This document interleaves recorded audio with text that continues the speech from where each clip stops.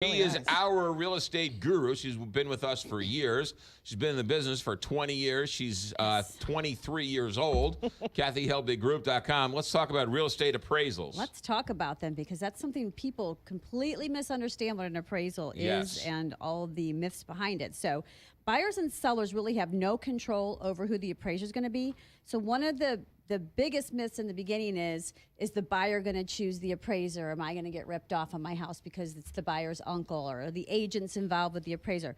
Absolutely not. The appraiser is hired. It's a third party, independent, hired by the lender who's securing the loan on your house. So basically, they're looking out for the best interest of the money. Myth number 2 is that an appraiser will give you the magic number of what a buyer will pay. Typically, when the appraiser comes into the equation is after there's a sale contract on the property.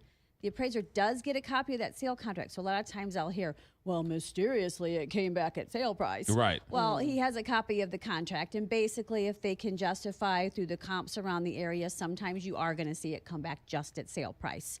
But they are not, it's not an exact science. It's an opinion. Just like I go in and give an opinion on what I think a house is worth, I use a lot of the same methods an appraiser does.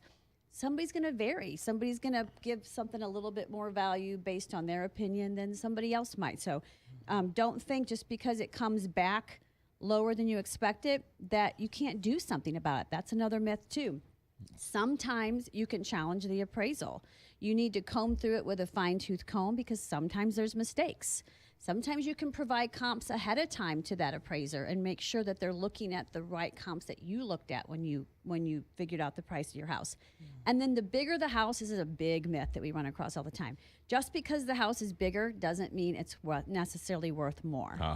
So appraisers are not really doing just dollar per square foot. Like every layperson goes, well, that house sold for such and such, so that was $123 a square foot, so therefore my house should be, because it's 500 square feet bigger, should sell for more. They don't do it that way. It's actually backwards. They look at comparables and they plus and minus the houses out.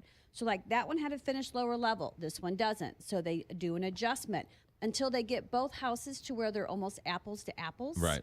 And then they go, okay, so if this house was just like this house and this house sold for X, then that means this house is probably worth Y. So then they go, and with that being considered, then you divide that by the square footage, so your dollar per square foot is X. It's not the other way around, which is what a lot of people think. How much do they take into account of cosmetics? That was my last one. Bells and whistles do not bring in as much value as people think. It depends on if the neighborhood supports it. If it's something that the other comparable houses have or don't have, and it's a neighborhood that supports those values, then you're going to get a little bit extra. But if you went in and did a Mac Daddy kitchen for $100,000 in a $200,000 neighborhood, your house is not worth $300,000. It's not going to support it.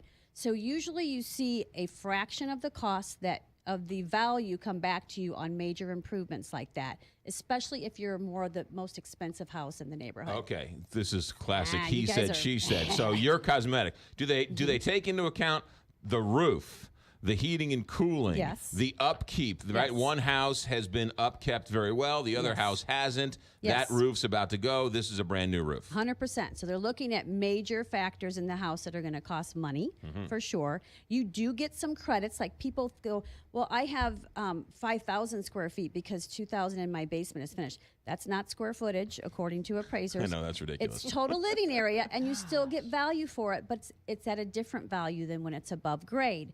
So, yes, certain things do add value, but other things don't. Like, you'd be surprised, I spent $100,000 in landscaping. Well, the bank kind of looks at it as, well, if somebody stops paying their bills and they stop taking care of their landscaping, that all dies and it's worth nothing to us. So those type of things, the emotion comes out of it. They become a neutral party. Even things like, I took 2 bedrooms and converted it to one, so I have this huge master. Well, now you have a 2-bedroom house instead of a 3-bedroom house. That's how the appraiser looks at it. Wow. So, interesting. Yeah. Lots of fun. What about barn doors as like Barn regular doors add doors? so much value to a Don't house. lie. It's Now you're crazy. lying. Now you're lying. An extra $10. Now you're trying to make up for when you said barn doors don't add to the value. I know you. Kathy Helbig, 314-276-SOLD, KathyHelbigGroup.com. She's the best. She's got a full team that'll help you out, and you hear her expertise each and every week on the show. Thanks for coming in, and a great coffee mug, by the way. Thank you. I love it. 314-276-SOLD or